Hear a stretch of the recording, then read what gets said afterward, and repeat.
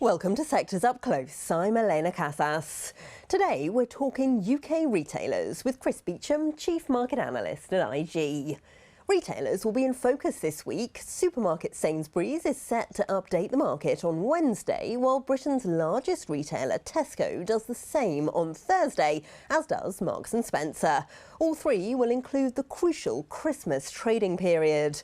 As recently as last week, research firm Kantar singled out Tesco and Sainsbury's, along with German discounters Lidl and Aldi, as the biggest winners. Over the past year, both Sainsbury's and Tesco saw gains of around 25%, but compare that with M&S, which saw gains of 107%. So, where next for the big retailers? Let's ask IG's Chris Beauchamp. Chris, hi, thank you for joining us. Now, this, of course, is against a backdrop of perhaps not the best macroeconomic situation here in Britain, with people concerned about the cost of living crisis. But how much should that worry investors in retailers? It seems to be worrying them less. I think we may have turned a corner with the UK economy. Indeed, globally, things look better than they did, say, even 6 months ago. I think inflation is abating. You've seen employment hold up better than many feared would be the case. And that is beginning to feed through to consumer confidence. That looks to be reflected in performance from retailers. If you look at Next last week, for example, just outside the sector, that was quite a good Christmas. So I think we're hoping for a decent performance from the supermarkets and from Marks & Spencer this week as well.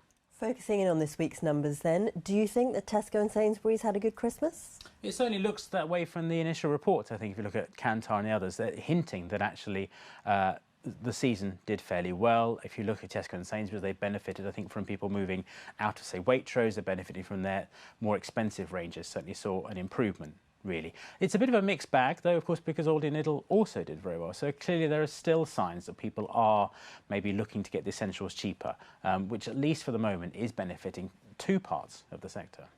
You did mention both of those big supermarkets are seeing their market share increase, but at the expense of whom and where exactly? Is it above all the value ranges that are growing? It certainly seems that way, really. And again, they're taking maybe some market share from Waitrose, maybe even to a degree from Asda as well, because you're saying perhaps that's where Aldi and Lidl comes into play. But yes, Sainsbury's and Tesco, two very solid performers last year, look to have had quite a good Christmas, and that puts them in a good position for the rest of the year as well. What about the German discounters then? How well are they competing?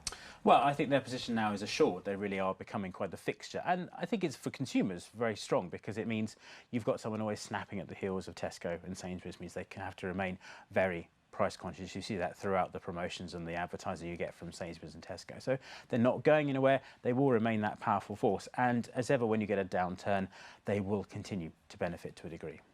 Let's talk then about Middle Britain's retail bellwether, M&S. Those numbers are out on Thursday, and as I said, the stock has seen an enormous leap of 107% in the course of 2023.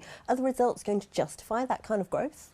Well, I think they certainly will underline the fact that maybe M&S is back in a way it hasn't been for many years. It's always been a tale of the food division does okay, but clothing is just a bit of a non-performer. That seems finally to have shifted, at least to a degree. I think it was the shoe that everyone was waiting to drop, really. Now you can say M&S is far more of perhaps a full-service retailer. In that sense, you're getting people going in not just for the food and the extra special spending, but you're going in for the clothes as well. And that's really quite a big a step change, I think, for M&S. But if one were to buy in, is it too late? That's the problem. I think that a lot of the good news is now priced in. But then if it's reflected in the numbers and indeed in the rest of the year, perhaps as this situation improves, maybe if the Bank of England cuts rates, you get less pressure on consumer spending. Maybe there is a catalyst there for further upside, although not clearly as spectacular perhaps as this year. More broadly then, would you advise people to buy into these big retailers given the macroeconomic background? Well, the stability appears to be there. It wasn't a great year for the FTSE 100, but the outperformers were there in the supermarkets and indeed, of course, in M&S. So perhaps there is still reason to hope that as things improve over the year, there is more reason for upside. And they're dividend payers as well. So income investors will still be keeping those on their radar. Chris Beauchamp of IG, thank you so much for that insight.